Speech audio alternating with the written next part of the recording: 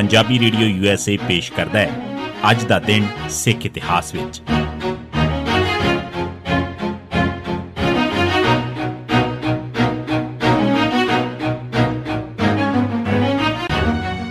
ਸਿੱਖ ਇਤਿਹਾਸ ਦੀਆਂ ਘਟਨਾਵਾਂ 'ਚ 25 ਅਗਸਤ ਦਾ ਦਿਨ 1636 ਨਾਮਵਰ ਕਵੀ ਭਾਈ ਗੁਰਦਾਸ ਜੀ, ਜਿਨ੍ਹਾਂ ਨੂੰ ਗੁਰੂ ਗ੍ਰੰਥ ਸਾਹਿਬ ਦਾ ਪਹਿਲਾ ਸਰੂਪ ਆਪਣੇ ਹੱਥ ਨਾਲ ਲਿਖਣ ਦਾ ਮਾਣ ਹਾਸਲ ਹੋਇਆ, ਉਹ 25 ਅਗਸਤ 1936 ਦੇ ਦਿਨ ਗੋਇੰਦਵਾਲ ਵਿਖੇ ਚੜ੍ਹਾਈ ਕਰ ਗਏ। 1922 ਗੁਰੂ ਕਾ ਬਾਗ ਮੋਰਚਾ 'ਚ ਬਕਾਇਦਾ ਗ੍ਰਿਫਤਾਰੀਆਂ ਦੀ ਥਾਂ ਜਥਿਆਂ ਦੀ SGM BT ਦੇ ਹੁਕਮ ਹੇਠ ਕੁੱਟਮਾਰ ਸ਼ੁਰੂ। ਗੁਰਦੁਆਰਾ ਗੁਰੂ ਕਾ ਬਾਗ ਦੇ ਲੰਗਰ ਵਾਸਤੇ ਬਾਲਣ ਦੀ ਲੱਕੜ ਗੁਰਦੁਆਰੇ ਦੀ ਜ਼ਮੀਨ 'ਚ ਖੜੇ ਕਿੱਕਰ ਦੇ ਦਰਖਤਾਂ ਤੋਂ ਲਿਆਂਦੀ ਜਾਂਦੀ ਸੀ। 8 ਅਗਸਤ 1922 ਦੇ ਦਿਨ 5 ਅਕਾਲੀ ਲੰਗਰ ਵਾਸਤੇ ਇੱਕ ਸੁੱਕੇ ਕਿੱਕਰ ਦੀ ਲੱਕੜ ਕੱਟ ਕੇ ਲਿਆਏ ਸਨ ਤਾਂ ਉਹਨਾਂ ਨੂੰ 9 ਅਗਸਤ ਦੇ ਦਿਨ ਡੰਟ DC ਨੇ ਹੁਕਮ ਹੇਠ ਗ੍ਰਿਫਤਾਰ ਕਰ ਲਿਆ। ਹੋਰ ਤਾਂ ਹੋਰ ਇਸ ਬੰਚ ਸਾਬਕ ਮਹੰਤ ਸੁੰਦਰਦਾਸ ਨੇ ਲਿਖਤੀ ਤੌਰ ਤੇ ਕੋਈ ਸ਼ਿਕਾਇਤ ਵੀ ਨਹੀਂ ਸੀ ਕੀਤੀ ਤੇ ਸਿੱਖ ਚੋਖੇ ਚਿਰ ਤੋਂ ਲੰਗਰ ਵਾਸਤੇ ਲੱਕੜ ਉੱਥੋਂ ਹੀ ਲਿਜਾਂਦੇ ਸਨ।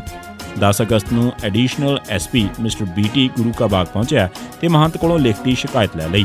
ਇਸ ਮਗਰੋਂ ਵੀ ਸਿੱਖ ਲੱਕੜ ਕੱਟਦੇ ਰਹੇ ਸਨ, ਪਰ 22 ਅਗਸਤ 1922 ਦੇ ਦਿਨ ਸਰਕਾਰ ਨੇ ਲੱਕੜ ਕੱਟਣ ਵਾਲੇ ਸਿੱਖਾਂ ਨੂੰ ਗ੍ਰਿਫਤਾਰ ਕਰਨਾ ਸ਼ੁਰੂ ਕਰ ਦਿੱਤਾ। 24 ਅਗਸਤ ਤੱਕ 180 ਗ੍ਰਿਫਤਾਰੀਆਂ ਹੋ ਚੁੱਕੀਆਂ ਸਨ। 25 ਅਗਸਤ ਨੂੰ 30 ਹੋਰ ਸਿੱਖ ਗ੍ਰਿਫਤਾਰ ਕੀਤੇ ਗਏ। 25 ਅਗਸਤ ਨੂੰ ਜਦੋਂ 136 ਸਿੱਖਾਂ ਦਾ ਜਥਾ ਗੁਰੂ ਕਾ ਬਾਗ ਗਿਆ ਤਾਂ ਪੁਲਿਸ ਨੇ ਸਿੱਖਾਂ ਨੂੰ ਗ੍ਰਿਫਤਾਰ ਕਰਨ ਦੀ ਥਾਂ ਕੁੱਟਣਾ ਸ਼ੁਰੂ ਕਰ ਦਿੱਤਾ। ਤਕਰੀਬਨ 100 ਸਿੱਖਾਂ ਨੂੰ ਪੁਲਿਸ ਨੇ ਵਹਿਸ਼ੀਆਨਾ ਤਰੀਕੇ ਨਾਲ ਡਾਂਗਾ ਮਾਰ-ਮਾਰ ਕੇ ਬੁਰੀ ਤਰ੍ਹਾਂ ਜ਼ਖਮੀ ਕਰ ਦਿੱਤਾ। 1977 ਗਿਆਨੀ ਜਰਨੈਲ ਸਿੰਘ ਜਥਾ ਭਿੰਡਰਾਂ ਮਹਿਤਾ ਦੇ ਮੁਖੀ ਬਣੇ। ਜਥਾ ਭਿੰਡਰਾਂ ਮਹਿਤਾ, ਜਿਹੜੇ ਆਪਣੇ ਆਪ ਨੂੰ 1970 ਤੋਂ ਮਗਰੋਂ ਦਮਦਮੀ ਟਕਸਾਲ ਲਿਖਣ ਲੱਗ ਪਏ ਨੇ, ਦੇ ਮੁਖੀ ਗਿਆਨੀ ਕਰਤਾਰ ਸਿੰਘ ਭਿੰਡਰਾਂ, ਜੋ 3 ਅਗਸਤ 1977 ਦੇ ਦਿਨ ਇੱਕ ਸੜਕ ਹਾਦਸੇ 'ਚ ਜ਼ਖਮੀ ਹੋ ਗਏ ਸਨ ਤੇ ਆਪਣਾ ਆਪਰੇਸ਼ਨ ਕਰਨ ਲਈ ਵਾਲਾਂ ਦਾ ਕੁਝ ਹਿੱਸਾ ਕੱਟਣ ਦੀ ਇਜਾਜ਼ਤ ਦੇਣ ਤੋਂ ਨਾਂਹ ਕਰ ਦਿੱਤੀ ਸੀ, ਦੀ ਮੌਤ 4 ਅਗਸਤ ਨੂੰ ਹੋ ਗਈ। ਉਹਨਾਂ ਸੰਬੰਧੀ ਅੰਤਮ ਰਸਮਾਂ ਪੂਰੀਆਂ ਹੋਣ ਤੋਂ ਮਗਰੋਂ 25 ਅਗਸਤ 1977 ਦੇ ਦਿਨ ਗਿਆਨੀ ਜਰਨੈਲ ਸਿੰਘ ਰੋਡੇ ਨੂੰ ਇਸ ਜਥੇ ਦਾ ਮੁਖੀ ਬਣਾਇਆ ਗਿਆ। ਮਗਰੋਂ 13 ਅਪ੍ਰੈਲ 1978 ਦੇ ਦਿਨ 13 ਸਿੱਖਾਂ ਦੇ ਨਿਰੰਕਾਰੀਆਂ ਹੱਥੋਂ ਕਤਲ ਮਗਰੋਂ ਸੰਤ ਜਰਨੈਲ ਸਿੰਘ ਸਿੱਖ ਪੰਥ ਦੇ ਸਿਰਮੌਰ ਆਗੂ ਬਣ ਗਏ ਤੇ 7 ਜੂਨ 1984 ਦੇ ਦਿਨ ਭਾਰਤੀ ਫੌਜ ਨਾਲ ਲੜਦੇ ਹੋਏ ਸ਼ਹੀਦ ਹੋ ਗਏ। 1987 ਸਿੱਖ ਝੂਠੇ ਮੁਕਾਬਲੇ 'ਚ ਮਾਰੇ ਗਏ। 25 ਅਗਸਤ 1987 ਦੇ ਦਿਨ ਰਣਜੀਤ ਸਿੰਘ ਰਾਣਾ ਤੇ ਉਸਦੇ ਭਰਾ ਇੰਦਰਪਾਲ ਸਿੰਘ ਨੂੰ ਪੁਲਿਸ ਨੇ ਝੂਠੇ ਮੁਕਾਬਲੇ 'ਚ ਮਾਰ ਦਿੱਤਾ। 1988 ਜਗਦੇਵ ਸਿੰਘ ਤਲਵੰਡੀ ਅਕਾਲੀ ਦਲ ਦਾ ਪ੍ਰਧਾਨ ਬਣਿਆ। ਮਈ 1988 'ਚ ਦਰਬਾਰ ਸਾਹਿਬ ਉੱਤੇ ਤੀਜੇ ਹਮਲੇ ਮਗਰੋਂ ਸ਼੍ਰੋਮਣੀ ਕਮੇਟੀ ਦੀ ਐਗਜ਼ੈਕਟਿਵ ਨੇ 30 ਮਈ 1988 ਨੂੰ ਪੰਜਾਂ ਜਸਬੀਰ ਸਿੰਘ, ਪੂਰਨ ਸਿੰਘ, ਜਸਵੰਤ ਸਿੰਘ, ਕਸ਼ਮੀਰ ਸਿੰਘ ਤੇ ਸਵਿੰਦਰ ਸਿੰਘ ਨੂੰ ਬਰਤਰਫ ਕਰ ਦਿੱਤਾ। ਸ਼੍ਰੋਮਣੀ ਕਮੇਟੀ ਦੇ ਐਕਟਿੰਗ ਪ੍ਰਧਾਨ ਮਲ ਸਿੰਘ ਘੁਮਾਣ ਨੂੰ ਗ੍ਰਿਫਤਾਰ ਕਰਕੇ ਸਰਕਾਰ ਨੇ ਜ਼ੋਰ ਪਾਇਆ ਕਿ ਉਹ ਬਰਖਾਸਤਗੀ ਨਾ ਕੀਤੀ ਜਾਵੇ, ਪਰ ਉਸਨੇ ਮੀਟਿੰਗ ਖਤਮ ਹੋਣ ਤੋਂ ਪਹਿਲਾਂ ਹੀ ਇਹਨਾਂ ਹੁਕਮਾਂ ਤੇ ਦਸਤਖਤ ਕਰ ਦਿੱਤੇ ਸਨ। ਅਕਾਲੀਆਂ ਵੱਲੋਂ ਸਰਕਾਰ ਦੀ ਗੱਲ ਨਾ ਮੰਨਣ ਕਰਕੇ ਉਹਨਾਂ ਦੇ ਆਗੂਆਂ ਸੁਰਜਨ ਸਿੰਘ ਠੇਕੇਦਾਰ, ਸੁਖਜਿੰਦਰ ਸਿੰਘ, ਪ੍ਰਕਾਸ਼ ਸਿੰਘ ਬਾਦਲ, ਸੁਖਦੇਵ ਸਿੰਘ ਢੀਂਡਸਾ, ਕੁਲਦੀਪ ਸਿੰਘ ਉਡਾਲਾ ਤੇ ਕੁਝ ਹੋਰ ਅਕਾਲੀਆਂ ਨੂੰ ਪੰਜਾਬ ਤੋਂ ਦੂਰ ਦੀਆਂ ਜੇਲ੍ਹਾਂ 'ਚ ਭੇਜ ਦਿੱਤਾ ਗਿਆ।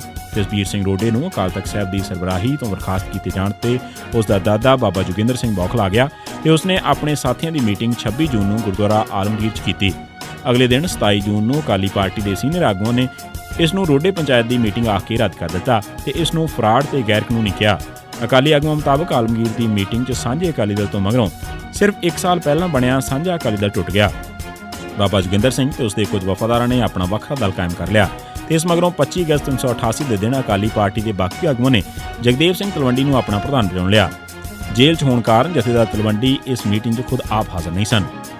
25 ਅਗਸਤ 1991 ਦੇ ਦਿਨ ਪੰਜਾਬ ਪੁਲਿਸ ਨੇ ਗੁਰਬਖਸ਼ ਸਿੰਘ ਉਰਫ ਬੰਦਾ ਸਿੰਘ ਬਹਾਦਰ ਉਰਫ ਗੁਰਨਾਮ ਸਿੰਘ ਵਾਸੀ ਬੇਦੀਨਗਰ ਮੋਗਾ, ਤਰਸੇਮ ਸਿੰਘ ਰਬੈਰੋ ਕਾਂਡ ਵਾਸੀ ਤੇਜਾ ਵਹੀਲਾ, ਜਸਬੀਰ ਸਿੰਘ ਪਿੰਕਾ, ਬਾਵਾ ਸਿੰਘ ਬੁਲਾਰਾ, ਉਸਦੀ ਪਤਨੀ ਬੀਬੀ ਬਚਨ ਕੌਰ, ਸਰਵਨ ਸਿੰਘ ਕਲਸੀ ਪੱਪੂ, ਬਲਜੀਤ ਸਿੰਘ ਬੰਬ, ਬਲਵਿੰਦਰ ਸਿੰਘ, ਪ੍ਰੀਤਮ ਸਿੰਘ ਪ੍ਰੀਤ, ਸੁਰਿੰਦਰ ਸਿੰਘ ਚਿੰਦੀ ਤੇ ਬਲਬੀਰ ਸਿੰਘ ਉਰਫ ਬਾਬਾ ਗਰਜਾ ਸਿੰਘ ਨੂੰ ਮੁਕਾਬਲਿਆਂ 'ਚ ਸ਼ਹੀਦ ਕੀਤਾ। ਇਸੀ ਸਿੱਖ ਇਤਿਹਾਸ ਦੀਆਂ ਘਟਨਾਵਾਂ 'ਚ 25 ਅਗਸਤ ਦਾ ਦਿਨ।